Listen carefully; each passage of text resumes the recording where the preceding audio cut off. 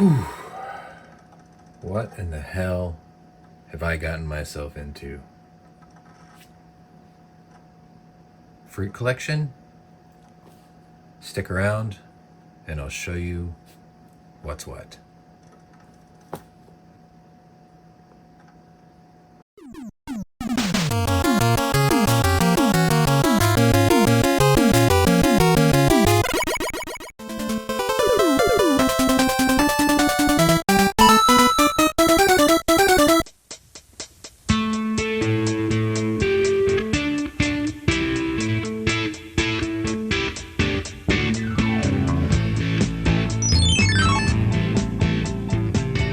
So, as you might have guessed, I have crossed into the dark side.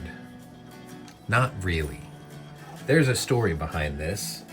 I picked up this MacBook Air because my dad, who is now 89 years old, who is bionic because he has, I believe, 15 stents in his body in various places now, and is making a pretty good recovery.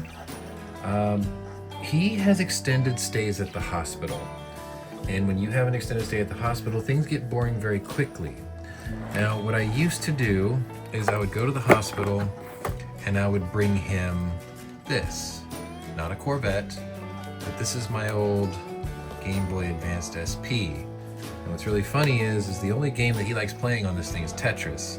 And you can only play Tetris for so long before you lose your mind, especially if you're in the hospital for more than a week.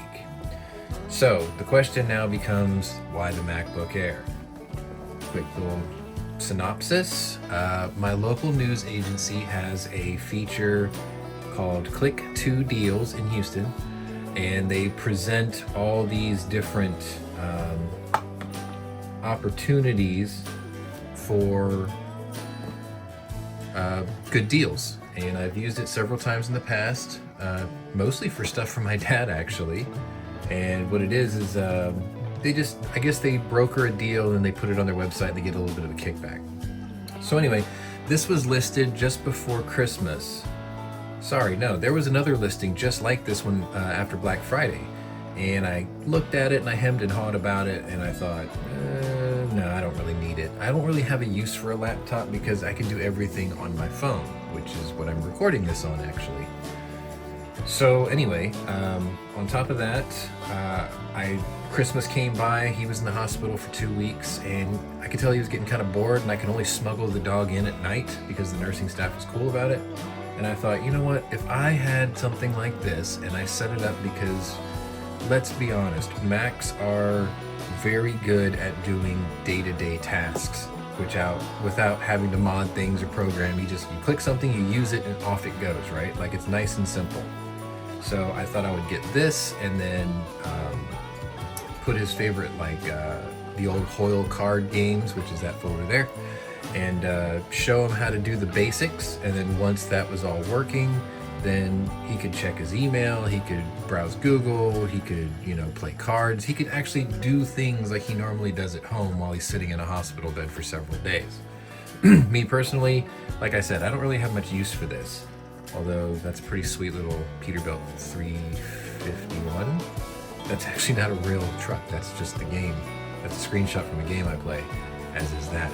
Anyway, so this was advertised as a factory refurbished 2017 MacBook Air 13.3 inch. This was supposed to come equipped with an Intel Core i5 processor, which in most cases is a quad core, and 128 gig solid state drive and 8 gigabytes of RAM, which sounds awful if you were part of the PC master race like I am. However, like I said before, Macs are very efficient at what they do, and essentially the only Apple products I've ever owned were iPhones and the occasional tablet that I never used. And if you hear that chattering noise, that's my dad's hard drive going absolutely crazy because his antivirus wants to harass me constantly to update, and I'm not in the mood to do that right now. So anyway, This was supposed to be a Core i5 with a 128 gig solid state drive and 8 gigabytes of RAM. What I actually received was a 2017 MacBook Air with a Core i7 processor and a 512 gig solid state drive. So I'm not complaining. One oddity though was the battery needed to be replaced, clearly, because if I go up here to the battery, it has service recommended. And this was listed as having a 12-hour battery life. So if I go to service recommended, it's going to tell me that the battery's capacity is significantly reduced, and to restore capacity, please check your service options.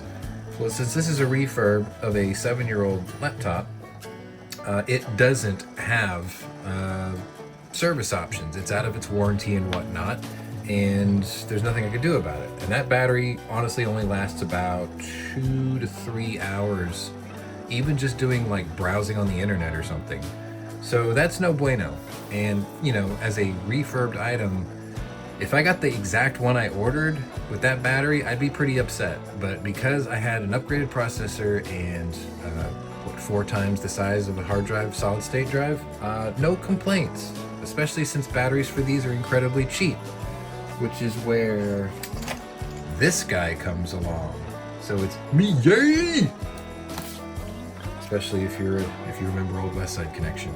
Anyway, this is a replacement battery for this Mac, and essentially I'm going to use only what is included with this kit because it's supposed to be comprehensive. So foam and instructions and a pair of gloves, photographic instructions, I'm guessing microfiber of some sort, and then the real business end. Let me tip down the camera here. This is the battery pack. This kind of helps it stick into place. There's the connector there. It included this multi-tool, which has all the bits and the separator that you need to get the shell apart. And if I'm not mistaken, there's one other thing left in here. I can't really get it out. Let's see. Sorry for the long intro. It seemed a lot more efficient in my head before I started recording. Okay, and a pick of some sort. So anyway, I should be able to do this whole process without using anything but what's included with the kit. So let me get the laptop powered down and I will show you the process of changing this, which is actually incredibly simple. Simpler than that long intro, I'm sure. A few moments later.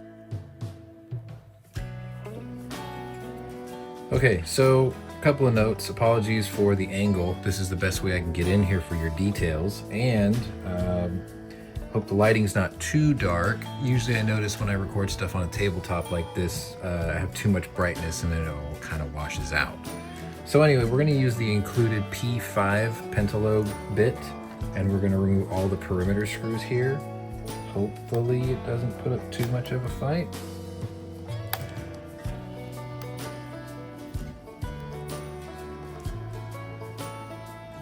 Hopefully my elbow's not getting in the shot. Probably is. And I'm using a towel here mainly because I'm trying to not lose any of my pieces.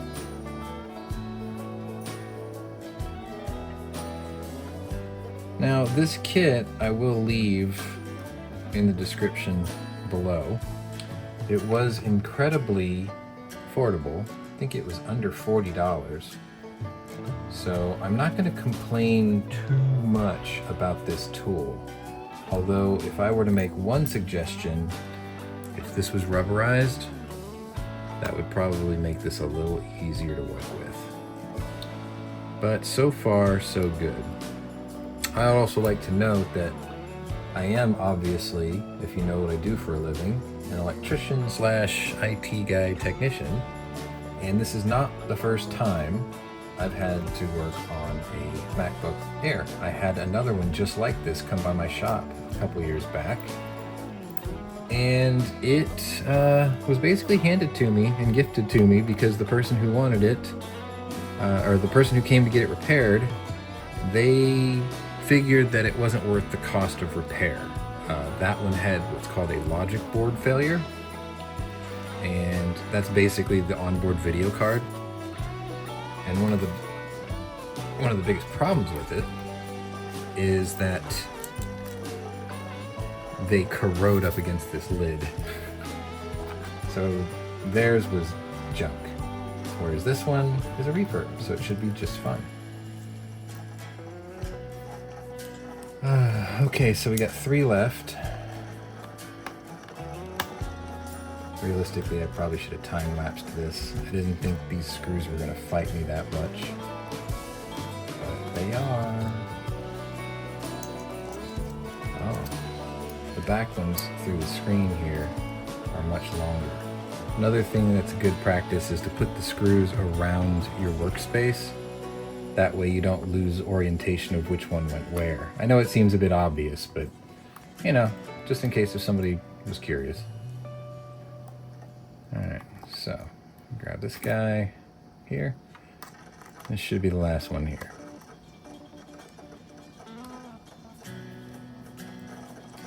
I can tell right now this is going to be one of those videos where people are going to fast forward through a lot of it. And the average view duration is going to be terrible. And that's okay, I understand. Once again, Dad's antivirus is interrupting my life. I should probably do something about that eventually. Okay, so now all the perimeter screws are out. What I should be able to do is basically lift this up and off. Yes, I know it came with this tool. This tool here. I've never had much good luck with these. They just never seem to be, they just never seem to be good enough for this. What's really funny is the guy that sent the message earlier and has been calling me. Never mind. I'll deal with that later. Okay, so now that the lid is off, we have the battery.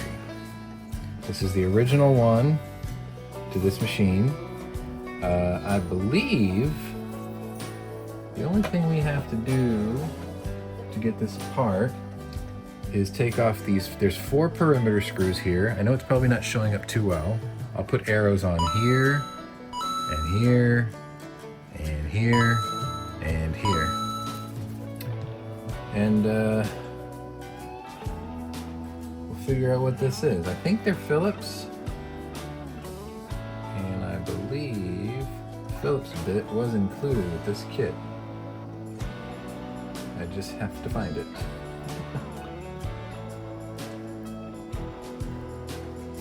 This guy right here.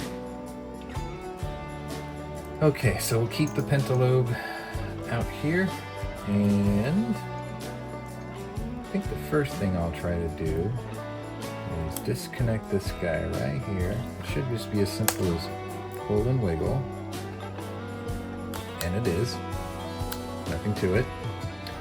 And then we'll take out these 4 perimeter screws and get the bit to fit.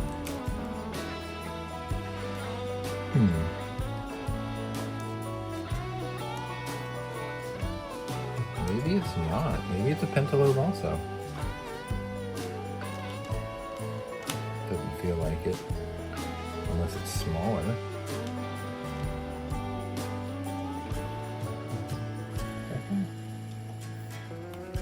No.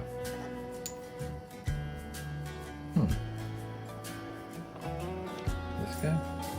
Oh, it is this guy. Okay, so it's a different pentalobe. I thought they were screwed. I thought they were Phillips. No big deal. Alright. So these guys have to come out for the battery. I believe there are only the 4.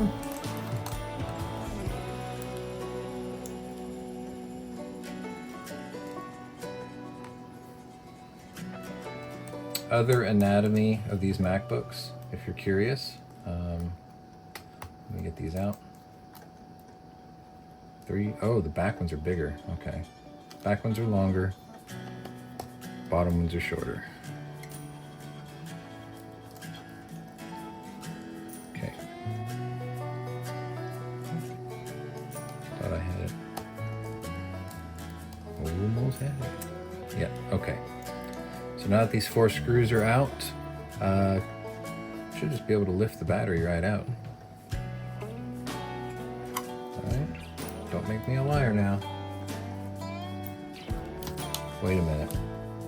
Make sure there's no other screws. Aha! Okay, there's one right here in the middle also.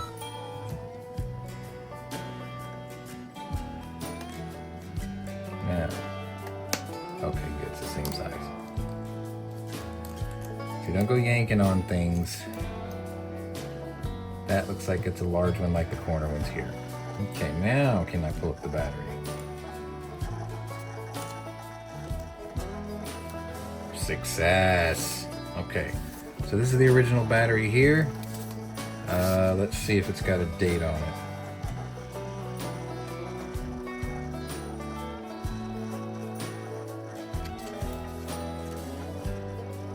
Manufactured 6 of 18. Maybe this is a 2018 model. Either way, that battery is no bueno. Now the other thing I want to compare is the model number. So this is a model A1496, the original. And the Miyay is a A1496 original style. So the first thing we're going to do is we're going to gently, oh yeah, I was going to do the anatomy lesson. Touchpad here. This is your M.2 solid state drive. And I believe, well, I was going to comment on where the RAM chips are, but I'm not really sure. I thought it was somewhere up here. I was going to do a video on how to upgrade your RAM, but honestly, that's overkill for what we're doing with this machine. So anyway, we're going to lower this guy down here. Make sure it's in place, like so. And then we'll do installation is reverse of removal. Okay, so let's screw it on here. Don't over torque these. You have to remember that these machines are pretty delicate.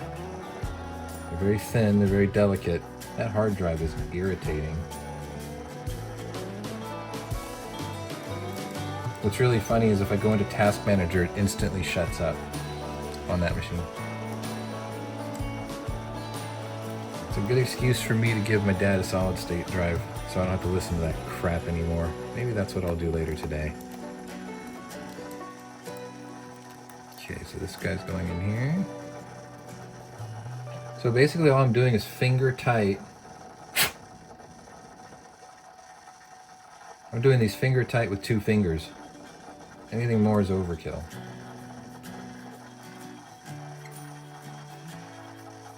I swear if that hard drive noise is all over this video, I'm going to be furious. Okay. And the last one.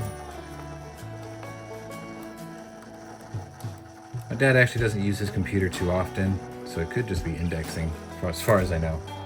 Alright, so that battery is now in. And then we want to get this little connector on. It may have been easier to put the connector on first. Probably should have done that. But we're already at the point of no return. This is the event horizon. So, we'll just put this guy into place as soon as I can get her lined up. Okay, so now that's in. And we begin the process of peeling off these little contact pad deals, because I don't think they're supposed to stay on. Even in the instructions it says to peel them off. We don't need no freaking instructions.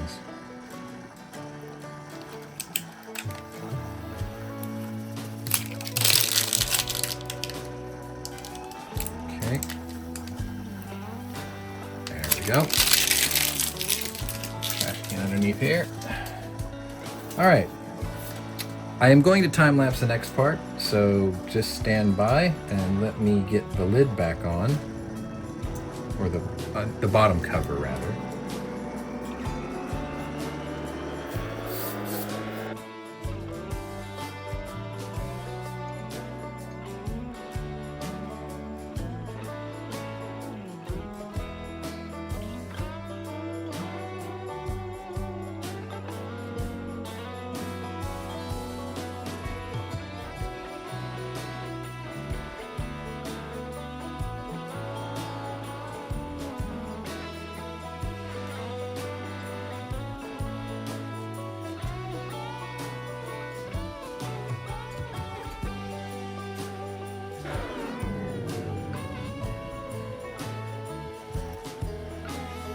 Success.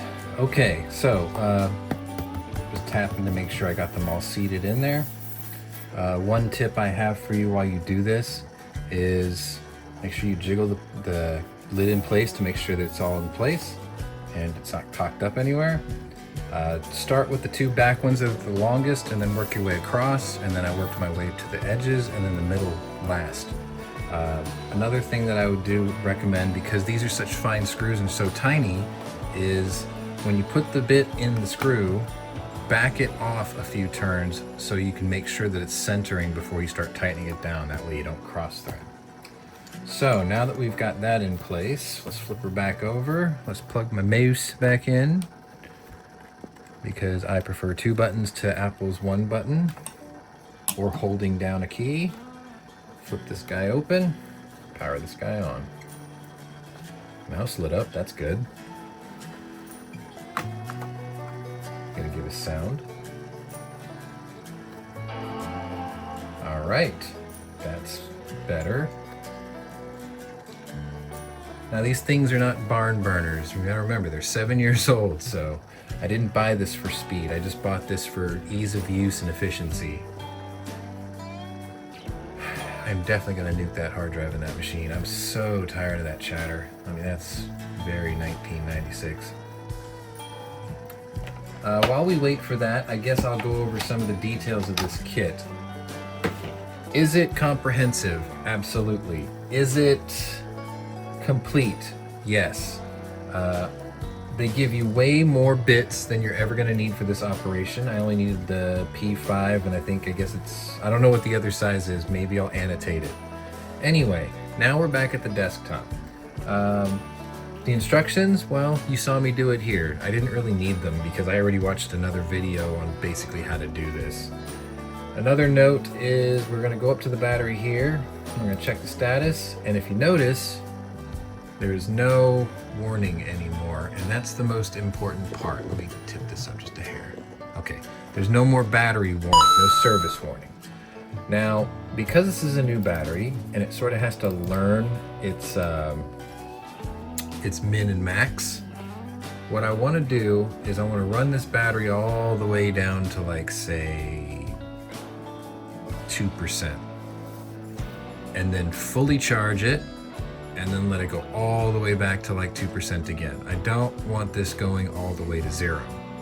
But stop it at like 1 or 2%, turn it off, plug in your charger, or the magnetic charger, let it go all the way up to 100, and discharge it once or twice. That way you get the maximum range of its battery's capacity, and you get the most service life out of your battery. So anyway, would I recommend this mini kit to anybody, everybody with Macs? Absolutely. This is a really easy kit, really inexpensive. Link in the description below. But now I have, no more error messages. The machine is doing the thing, which is the whole point of this video. And I'm going to have to dispose of this, obviously. There are different ways to do it. But I will look into finding out if there's anybody who does battery recycling in my area. Otherwise, I might mess around with this thing. in my free time. Anyway, this is Pwnery Tinkers. I know I didn't do a proper intro before. MacBook Air battery replacement. And if you like what you see, hit the old like button. If you're new to my channel, welcome. If you're a regular here, welcome back. Either way, check out my other playlists and see if my other interests may be of interest to you. Finally did an IT tech thing. I mean, it's what I do for a living. That's all I got for you. Enjoy. Have a great time. Be safe. And if you need one of these, don't be afraid to get your hands a little dirty, which I didn't. Later.